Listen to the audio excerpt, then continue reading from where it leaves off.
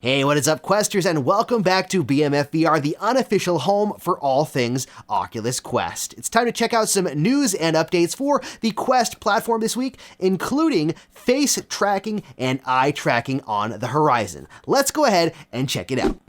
First up today, in case you missed it, version 29 was both announced and released for the Quest platform. It brought along things like Quest 1 getting the multi-user support and even the ability to get notifications in VR from your Apple iOS devices. Among other things, I've got a whole video on all of the updates as well as a walkthrough. I'll put links to those videos in the description, and in the second video, we actually showcase the 120 Hz update for the Quest 2 for AirLink, which takes it to a whole new level, and the stability of AirLink is just awesome. So if you want to check that out, there's links in the description. But V29 launched this week, and it brought along with it some pretty good updates and some pretty not so good ones, if you ask me, due to the UI updates as well, but that's just my personal opinion. One of the biggest things we got this week, though, was from Basti564, again popping in with the awesome update and looking into the code for the newest update in V29,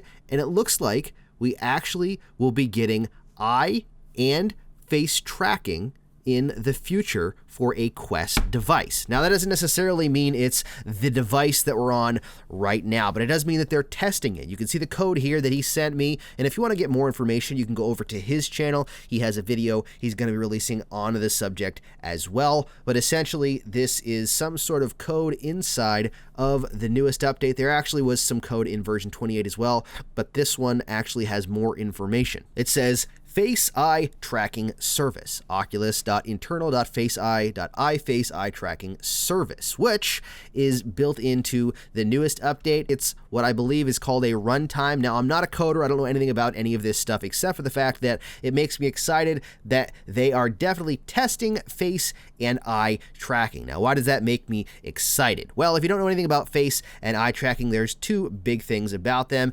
First of all, eye tracking allows for the device to actually use a sensor to follow your gaze and be able to track where you're looking. Now, there's a couple of things about that are both good and bad. Number one, especially in a standalone headset like the Quest platform, it's going to allow for developers to hopefully use foveated rendering even better than they are right now. Right now on the Quest, you've got a fixed foveated rendering, which essentially means that the center of the screen looks great, or the best that it can, and the outside edges can be fuzzy and not so in focus with visuals that are not the same as the center. When you have eye tracking, that gives the developers the ability to utilize that eye tracking and have the system track where you're looking, so everywhere you look is where it renders everything the best. Meaning, no matter where you look, it'll look good. This is different from right now because if you're sitting in the Quest 2 and there's a game with a massive amount of foveated rendering, you can look to the side, up, down, left, and right, and you can see some fuzziness, and you can actually tell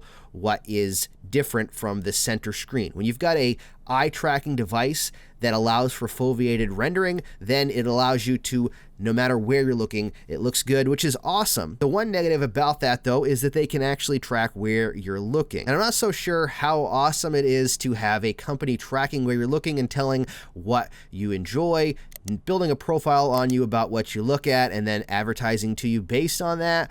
It's a trade-off that is one that a lot of people probably aren't going to like. I'm going to use it anyways because I just love the idea of the eye tracking. It allows for other things too besides the foveated render. It actually allows for social ability too, because what it does is in a game like VR chat, for instance, if it was implemented, or Horizon eventually if it was implemented, it actually allows us to be able to move our eyes around in that social platform, which adds another total level of presence. So if I look to the left, my avatar looks to the left. If I look to the right, it looks to the right.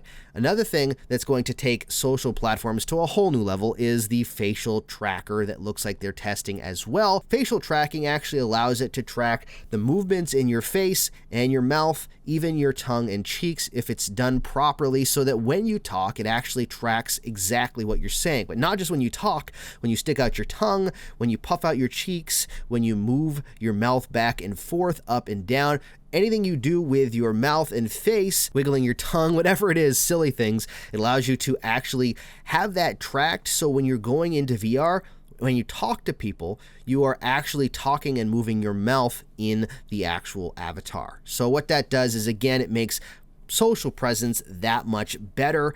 If a lot of people start getting this as a social platform and we start going into games like Horizon, VR Chat, all these different games, and you add that social element of cues in your face, in your mouth, in your eyes, where you're looking, it's going to take social VR and the Quest platform to a new level like we've never seen. And I hope that this means it's coming in the near future. We don't know exactly what this means. It means that they're testing it in some capacity. But if they're testing it in some capacity, that means they have a device that does this in some capacity, which gets me excited because, as we know, they've been saying no Quest this year. It's hard to tell, to be totally honest with you. I'm not going to say one way or the other. Could we get a Quest this year? Of course we could. Could we get a Quest Pro this year that has all of this awesome stuff? Yes, we could. I don't know how likely it is.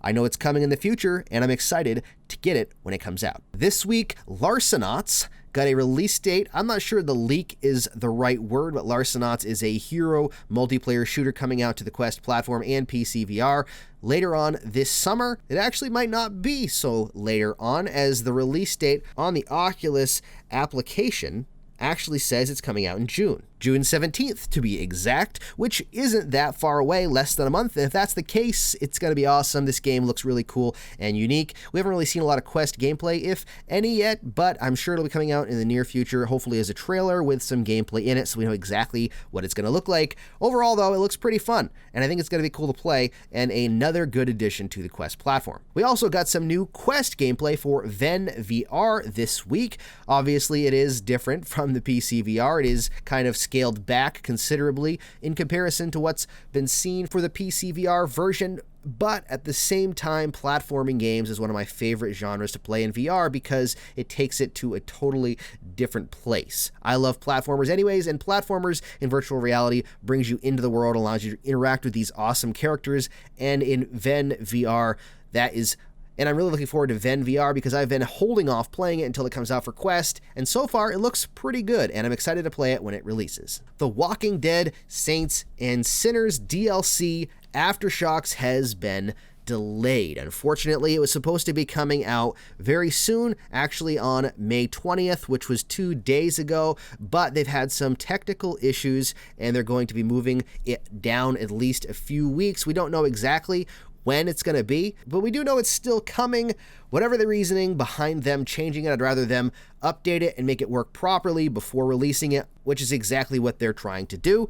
I'm still looking forward to it. Whenever we know it's going to come out, I will let everyone know the actual new date. Upitrograd got an update this week as well, adding in 120 Hz on Quest 2, as well as a new time attack level. I love the fact that all these games are getting 120 Hz added in slowly as time goes on. Usually it's experimental, but every game I've played have worked really well in 120 Hz, whether it's experimental or not, which is just insane if you think about the fact that a device that is standalone can play standalone games at 120 Hz. It's already crazy enough that it can play 120 Hz from PC, but just the fact that it can actually do it standalone is pretty insane altogether.